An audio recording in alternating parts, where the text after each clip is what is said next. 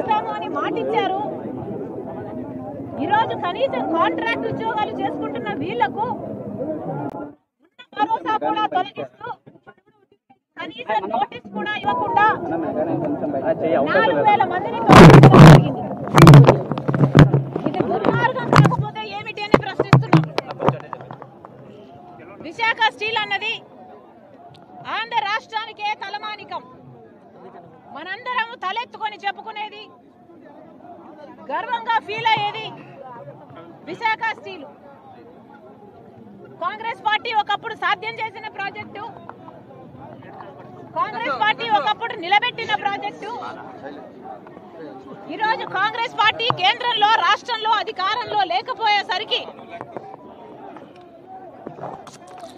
గత కొన్ని సంవత్సరాలుగా తెలుగుదేశం పార్టీ అయినా, ప్రభుత్వం అయినా, వైసీపీ ప్రభుత్వం అయినా, ఇప్పుడు మళ్ళీ తెలుగుదేశం ప్రభుత్వం వచ్చింది, కనీసం భరోసా లేకుండా పోయింది ఈ ఉద్యోగస్తులకి.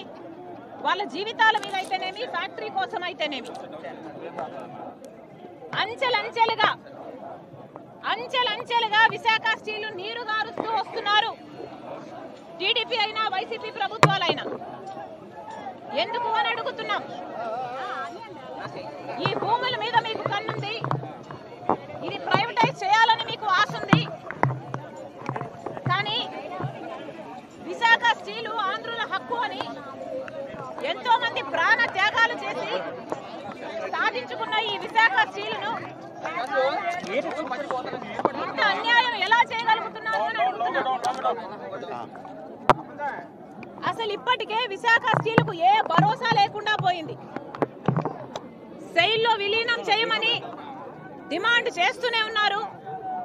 క్యాప్టివ్ మైన్ కావాలి అన్న డిమాండ్ ఎప్పటి నుంచో ఉంది. రాజశేఖర రెడ్డి గారు అయితే ట్రైపార్టీ అగ్రిమెంట్ చేపించి క్యాప్టివ్ మైన్ కోసం ఒక ఏర్పాటు కూడా చేశారు. కానీ ఆయన వెళ్లిపోయిన తర్వాత అది అటకెక్కింది. కనీసం రా మెటీరియల్ కూడా ఈరోజు డబ్బు లేని పరిస్థితి. పోర్టు దగ్గర నుంచి రవాణాకు కూడా ఛార్జీలు పెంచేసిన పరిస్థితి. అన్ని రకాలుగా దీన్ని ఒక సిక్ ఇండస్ట్రీగా చేసే ప్రయత్నం చేస్తున్నారు పాలకులే. ఒకసారి కాలు, ఒకసారి చెయ్యి తీసేస్తున్నారు. ఇది అవిటి ప్రాజెక్టు, ఇది కుంటి ప్రాజెక్టు, ఇది సొంతంగా సర్వైవ్ కావడం అసాధ్యము అన్న లెవెల్ కు తీసుకొచ్చి దీన్ని ప్రైవేటైజ్ చేసే కుట్ర చేస్తున్నారు పాలకులే.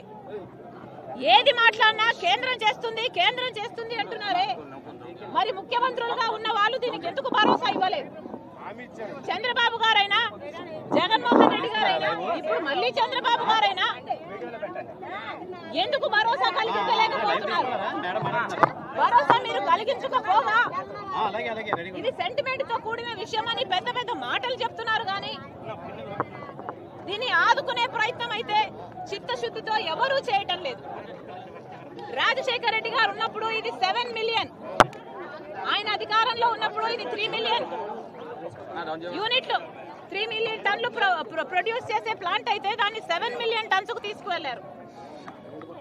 ఆ రోజు రాజశేఖర రెడ్డి గారి బ్లూ ప్రింట్ ప్రకారం ఇది 20 మిలియన్ టన్నుల ప్లాంట్ గా తయారు చేయాలి అన్నది ఆయన కోరిక. అయితే ఈరోజు 7 మిలియన్ టన్స్ కాదు కదా, 1 మిలియన్ టన్నుకు వచ్చింది దీని ప్రొడక్షన్.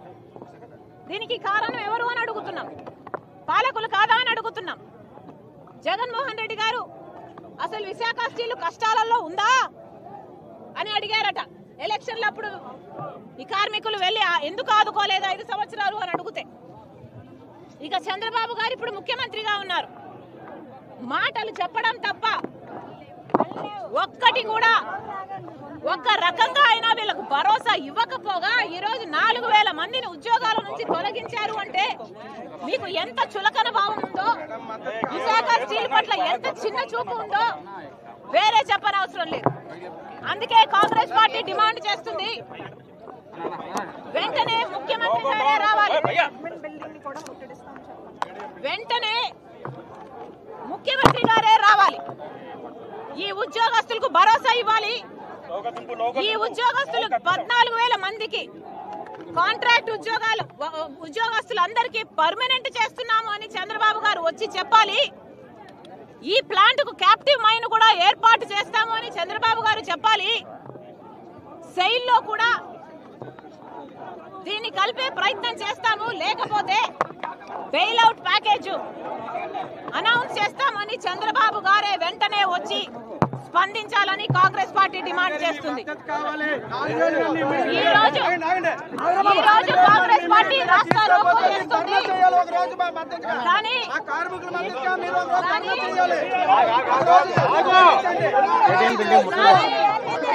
ప్రభుత్వం స్పందించకపోతే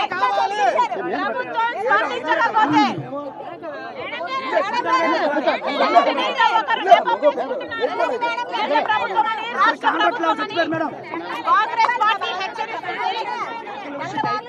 అడ్మిన్ బ్లాక్ ని ముట్టడిస్తాం. ఆ తర్వాత ధర్నాలకైనా నిరాహార దీక్షలకైనా ఢిల్లీకి వెళ్లి పోరాటం చేయడానికైనా వెనకాడదు కాంగ్రెస్ పార్టీ. మళ్ళీ విశాఖ స్టీల్ కాంట్రాక్ట్ ఉద్యోగస్తులకు 4,000 మందికే కాదు, 14,000 కాంట్రాక్ట్ ఉద్యోగస్తులకే కాదు, మొత్తం అందరు ఉద్యోగస్తులకి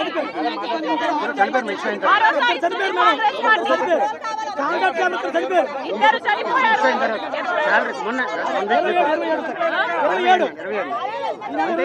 తర్వాత పేమెంట్ హార్ట్ అటాక్ వచ్చి ఆర్టీసీ తెలియగానే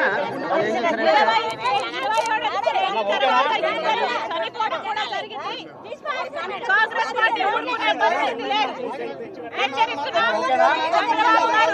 రావాలి, కాంగ్రెస్ పార్టీ డిమాండ్ చేస్తుంది. కేంద్రం తరఫున కూడా స్టీల్ మినిస్ట్రీ నుంచి రావాలి మినిస్టర్. ఇక్కడ ప్రజలకు కార్మికులకు